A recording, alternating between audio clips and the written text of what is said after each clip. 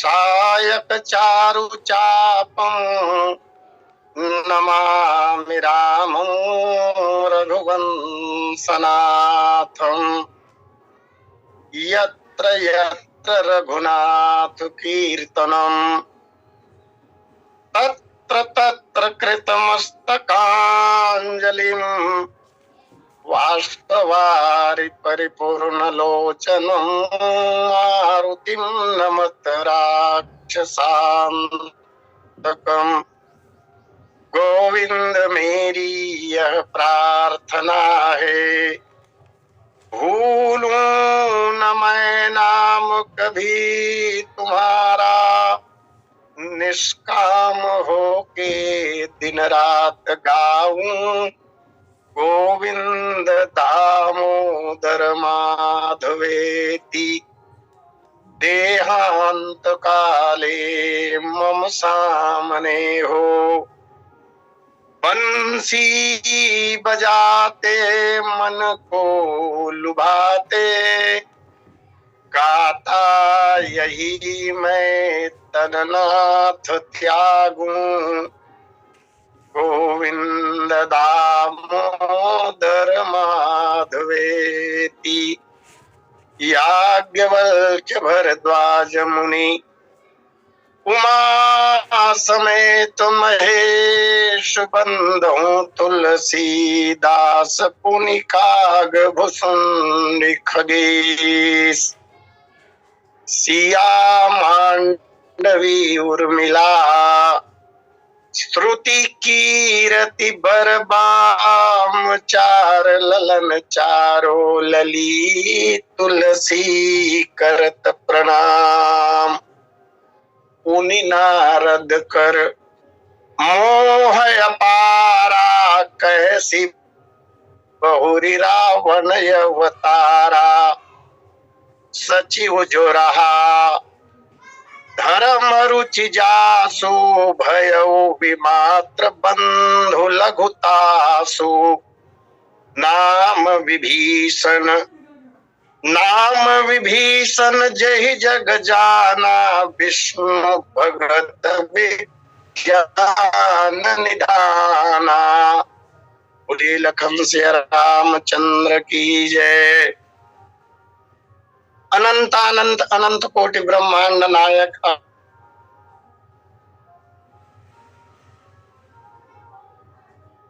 कारण कर्मदाता रामचंद्र जी महाराज, श्री राम कथा के आद्य आचार्य भगवान भूत भावन शंकर जी, श्री सीताराम जी के चरण कमलों में अहर्निश अनुराग रखने वाले आंजनेय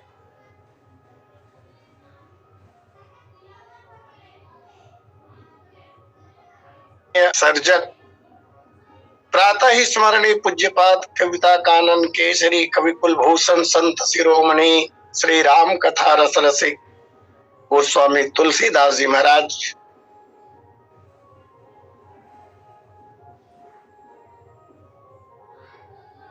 श्री रामस्त समादरणीय महानुभावों, आदरणीय पूज्य जनों, भद्र पुरुषों, अर्चनीय वंदनीय पूजनीय माताओं तथा बहनों, इस सफल कार्यक्रम के संचालक आदरणीय श्री पटेल जी एवं प्रीति लिंक के संचालक आदरणीय श्री योगेश बंधु जी,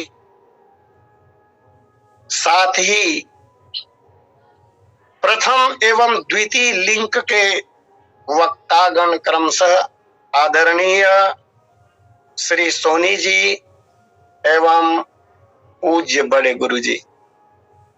परमात्मा श्री राम की असीम अनुकंपा और आप सब लोगों के सौजन्य से जो समय प्राप्त हुआ है, आइए एक एक क्षण बहुत कीमती है, तदनुसार समय का सदुपयोग करने का प्रयास करें।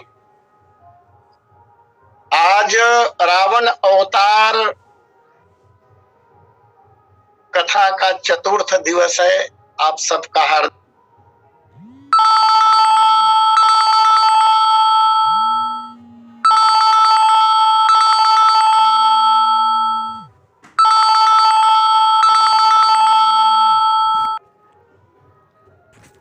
हेलो हेलो गुड इवनिंग कविता, केबला साउदी से हो रही है जी। मतलब साउदी में राजवेंद्र बात कर रहे हैं लाइफ इंश्योरेंस की तरफ से। क्या सही समय होगा आपसे बात करने के लिए? सुनील, थोड़ा सा मैं व्यस्त हूँ अभी, थोड़ा माइक वाइक भी यहाँ पे समझ नहीं आता आवाज़ है, बाद में करना, ठीक है? ठीक है सर, आपको मैसेज से आधे घंटे बाद कॉल बैक आ जाएगा। हाँ ठीक। जिस धर्म रुचि था, यथा नाम तथा गुण, बड़ा ही धार्मिक था, धर्मात्मा था, तदनुसार उनका नाम धर्म रुचि था। धर्म में रुचि होने के कारण वही धर्म रुचि विप्र श्राप के कारण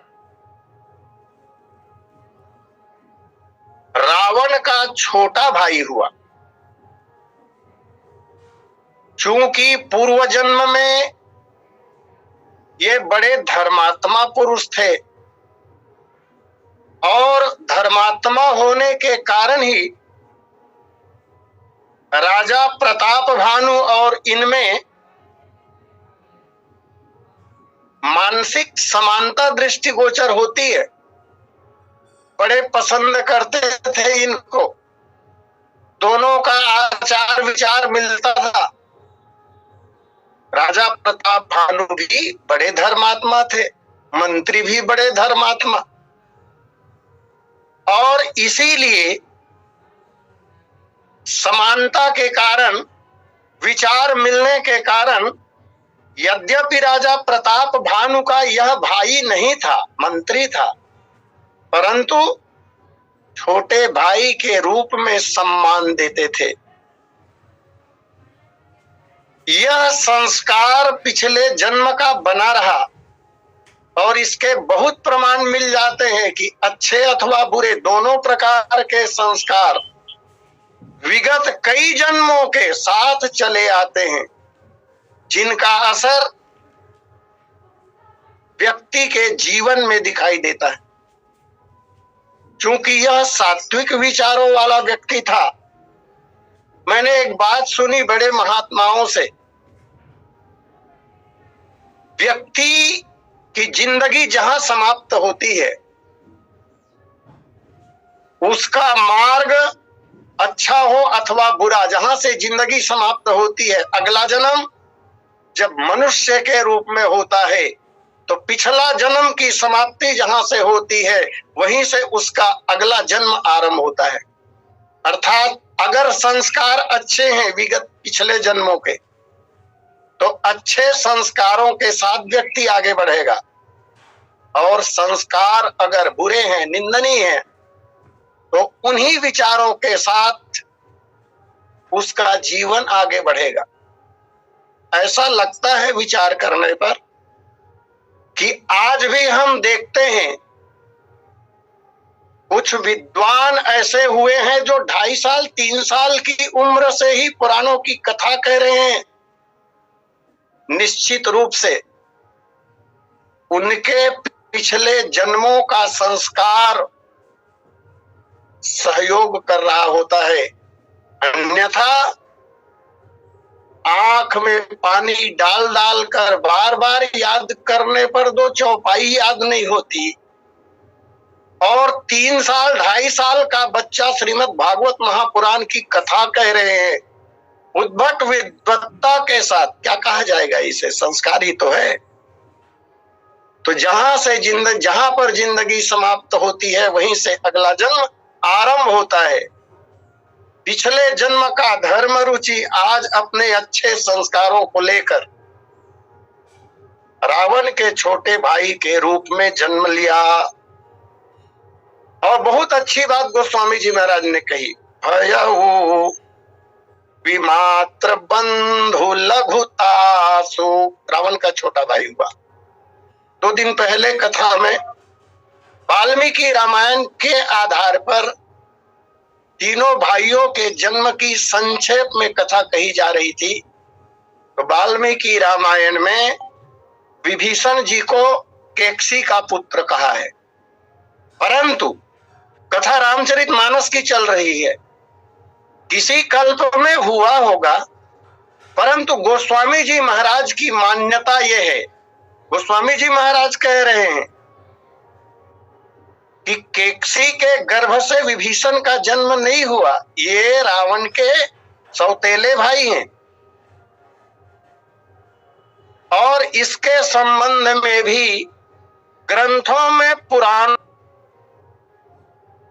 कथा प्राप्त होती है, जिस बात को गोस्वामी जी महाराज ने कहा।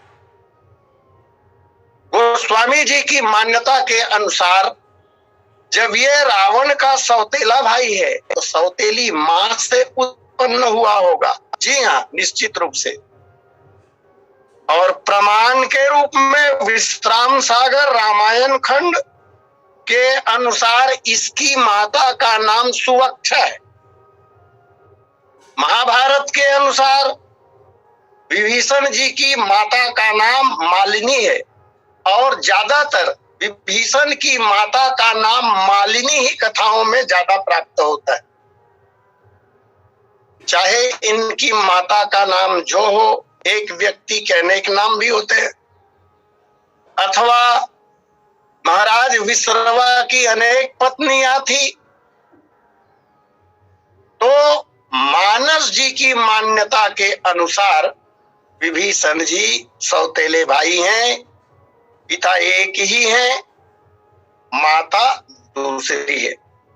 चूंकि विभीषण जी के संस्कार अच्छे थे, सतोगुण संपन्न व्यक्ति थे ये, और जब विभीषण का जन्म हुआ तब कहते हैं देवगण अत्यंत प्रसन्न हुए और प्रसन्न होकर इनके जन्म के अवसर पर फूलों की वर्षा की, दुंदुभी बजाए। रावण के जन्म के समय हमने देखा था उल्कापात हुआ, इंद्र देवता रुधिर बरसाने लगे थे, बिजलियां कड़कने लगी थी, लेकिन सात्विक पुरुष महान साधु संत विभीषण का जन्म जब हो रहा है तब महर्षि वाल्मीकि कहते हैं नभः स्थाने दुंदुभयो देवानां प्राणदंश तथा वाक्यं चैवान्तरिक्षे च साधु साहिपति तत् तदा।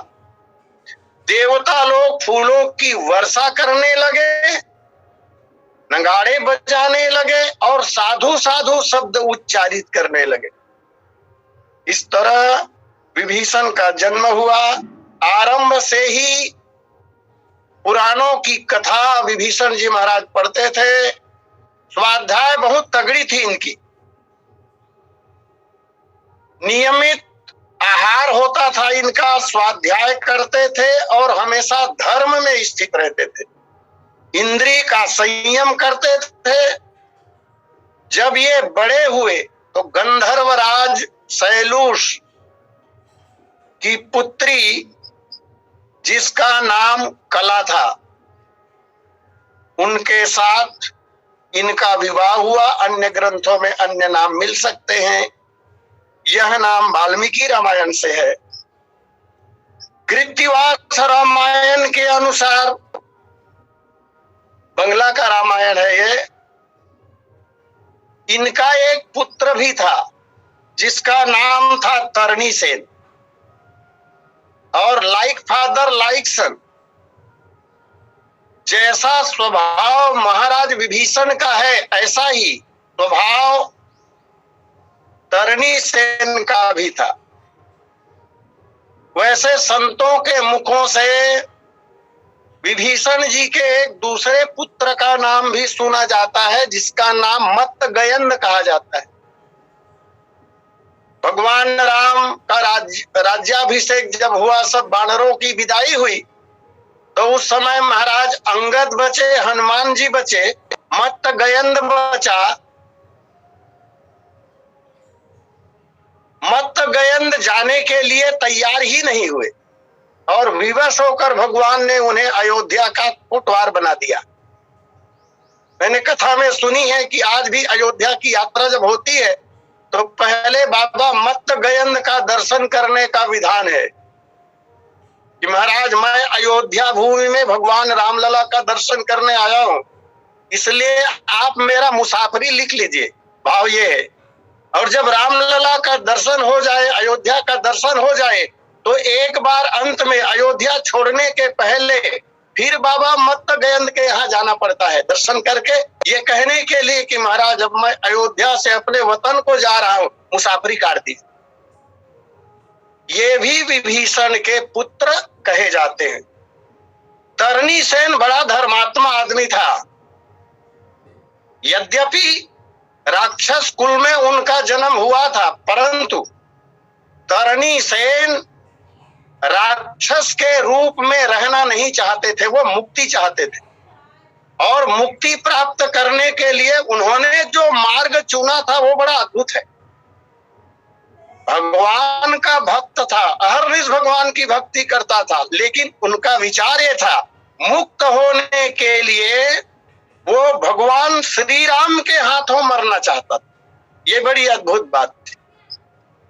मैं राम जी के हाथों मरूं। और राम रावण का भयंकर संग्राम जब हुआ, अधिकांश सेनाएं मारी गई रावण की, तब रावण का आदेश हुआ और ये तरनी सेन अपनी माता के पास आज्ञा लेने के लिए जाता है कि मां, अब लंका की प्रायः सेना समाप्त हो चुकी है, महाराज का आदेश है कि मैं समर भूमि में चलूं। बड़ा पराक्रमी था, बड़ा वीर पुरुष था तरनी सेन। जब ये संग्राम भूमि में उतरा है तो रामा दल के अनेक वीरों को इन्होंने परास्त कर दिया, मूर्छित कर दिया। भगवान राम के दल के वीर क्षुब्ध हो उठे और इस घटना को देखकर, समर भूमि में राम जी के साथ महाराज विभीषण भी थे, तो भगवान राम को स्वयं अस्त्र शस्त्र उठाना पड़ा। भगवान राम ने शस्त्र उठाए और उसी समय समर भूमि में तरनी सेन ने भगवान राम की ऐसी स्तुति गाई। भगवान राम तरनी सेन की स्तुति से प्रभावित हुए और अपने अस्त्र शस्त्रों को भगवान ने रख दिया। बोले मैं समर भूमि में लंका के ऐसे भक्त का वध बिल्कुल नहीं करूंगा। अब संकट की स्थिति आ गई तरनी सेन के लिए, वो राम के हाथों मरना चाहते और श्री राम ने हथियार डाल दिए हैं, मारना नहीं चाहते। ऐसे पुरुष का, ऐसे भक्त का वध मैं नहीं करूंगा। और तब विभीषण ने फिर तरनी सेन ने विचार करके भगवान राम को अनेक दुर्वचन कहे, राम जी को उत्तेजित करने के लिए। उसमें उनकी कोई गलत भावना नहीं थी। राम उत्तेजित हो और अपने हाथ में हथियार लेकर भगवान मेरा वध करे ताकि मैं मुक्त हो जाऊं। बहुत देर तक युद्ध होता रहा। भगवान ने अनेक बाण छोड़े, लेकिन तरनी सेन मरता ही नहीं था। तब महाराज विभीषण ने भगवान श्री राम के कानों में कहा, भगवान ब्रह्मास्त्र को छोड़कर यह वीर किसी भी अस्त्र शस्त्र से मरने वाला नहीं। भगवान ब्रह्मा का इसे वरदान है, ये केवल और केवल ब्रह्मास्त्र से मरेगा। इसलिए इनका वध करने के लिए हे देव ब्रह्मास्त्र का प्रयोग करें। तब श्री राम ने ब्रह्मास्त्र का प्रयोग करके तरनी सेन का वध किया। जब तरनी सेन मारा गया, धरती पर गिरा तरनी सेन, तो उस दृश्य को देखकर महाराज विभीषण रोने लगे। विभीषण को रोता हुआ देखकर प्रभु राम ने पूछा, विभीषण क्या बात है, क्यों रो रहे हो? भगवान के पूछने पर तब विभीषण ने बताया कि भगवान ये तरनी सेन और कोई नहीं, मेरा पुत्र है। राम जी ने कहा, तुम्हारा पुत्र है, तुमने बताया क्यों नहीं? वैसे इनके गुणों को देखकर मैं स्वयं भी प्रभावित था। इसे मैं मारना ही नहीं चाहता था विभीषण, और यदि पहले संकेत किए होते तो इन्हें कदापि नहीं मारता मैं। आखिर तुमने बताया क्यों नहीं? यहाँ पर कथा में विभीषण जी बिल्कुल मौन है। श्री राम के प्रश्नों का जवाब विभीषण ने नहीं दिया। ऐसा त्याग विभीषण का।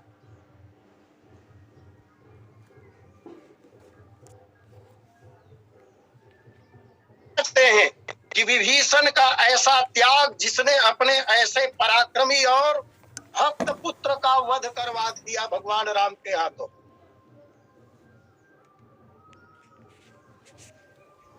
पिता तुल्य बड़े भाई रावण और कुंभकर्ण के साथ पूरे परिवार की चिंता नहीं की, जिस महापुरुष ने केवल और केवल धर्म और न्याय के कारण, इनके जीवन में धर्म है, धर्म की रक्षा के लिए सतत क्रियाशील है, प्रयत्नशील है महाराज विभीषण। धर्म की रक्षा के लिए, न्याय को रखने के लिए चाहे जो त्याग करना पड़ जाए, महाराज विभीषण के जीवन में दिखाई देता है। ऐसे विभीषण जी महाराज के यशस्वी पुत्र। अब ये तीनों भाई जब बड़े हुए, जगत जानता है कि तीनों भाइयों ने एक साथ तपस्या की, इसलिए इनके तपस्या की कथा मैं तीनों की एक साथ रखना चाहूंगा। तपस्या कहाँ की तो वर्णन आता है, गोकर्ण क्षेत्र में तपस्या करने के लिए गए। अभी तो इनका घर वन प्रांत में है ना, महर्षि विश्रवा जंगल में रहते हैं, तपस्या करते हैं। तो अपने आश्रम को, पिता के घर को छोड़कर तीनों भाई रावण, कुंभकर्ण और विभीषण गोकर्ण क्षेत्र में गए। गोकर्ण क्षेत्र तपस्या के लिए श्रेष्ठ स्थान माना जाता है। वहां सिद्धि जल्दी मिलती है, प्रभावकारी स्थान है। गोकर्ण क्षेत्र में जाकर तीनों भाइयों ने 10,000 वर्षों तक उग्र तपस्या की। रावण की तपस्या तो इतनी उग्र है, इतनी प्रबल है। अच्छा, साधना के हिसाब से अगर देखा जाए तो रावण की साधना बड़े गजब की है। आगे चलकर बात आती है। सीता का स्मरण अहर्निश करता है, एक क्षण के लिए भी सीता को भूलता नहीं है। रावण जब सो जाता है तब भी सीता का स्मरण बना रहता है। श्री राम के साथ युद्ध भूमि में भगवान ने लाखों बाण इनके ऊपर चलाए, हजारों बार इनके मस्तक कटे।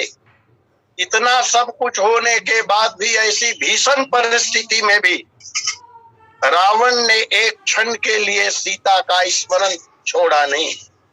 ऐसी प्रबल साधना। तपस्या करने लगे। जब भी 1000 वर्ष पूरा होता था रावण की तपस्या का, 1000 वर्ष पूरे हो जाने के बाद ये रावण अपने एक सिर को काटता था और अग्नि देव को भेंट करता था। इस तरह 9 बार सिर काटे, 9000 वर्ष तपस्या के पूरे हो गए। और 10वें हजार की कालावधि में इन्होंने तपस्या आरंभ की। अब 10,000 वर्ष की तपस्या जब पूरी हो गई तो अपना 10वां सिर भी काट कर अग्निदेव को भेंट करना चाह रहे थे। ठीक उसी समय भगवान ब्रह्मा प्रकट हुए और भगवान ब्रह्मा ने रावण से कहा, रावण वरदान मांगो, मैं तुम्हारी तपस्या से अति प्रसन्न हूं। रावण की तपस्या यद्यपि उग्र है, लेकिन है तो साधना उसकी तामसी। तामसी साधना करने वाला व्यक्ति यद्यपि बहुत घोर या उग्र तपस्या करता है, लेकिन तपस्या के परिणाम स्वरूप वरदान मांगने की जब बात आती है तो वह निस्वार्थ होकर वरदान नहीं मांगता, सदा स्वार्थ में भरकर वरदान मांगता है। और जो शक्ति प्राप्त करता है उस शक्ति का प्रयोग समाज की सेवा में नहीं करता, गौ ब्राह्मण की सेवा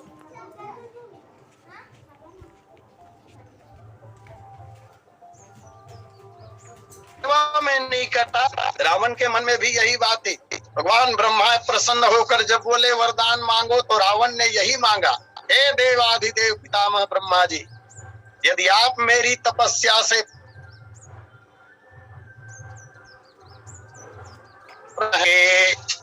मर ही न मारे, मैं अवध्य हो जाऊं भगवान, अमरता का वरदान चाहता हूं, मुझे अमर कर दीजिए।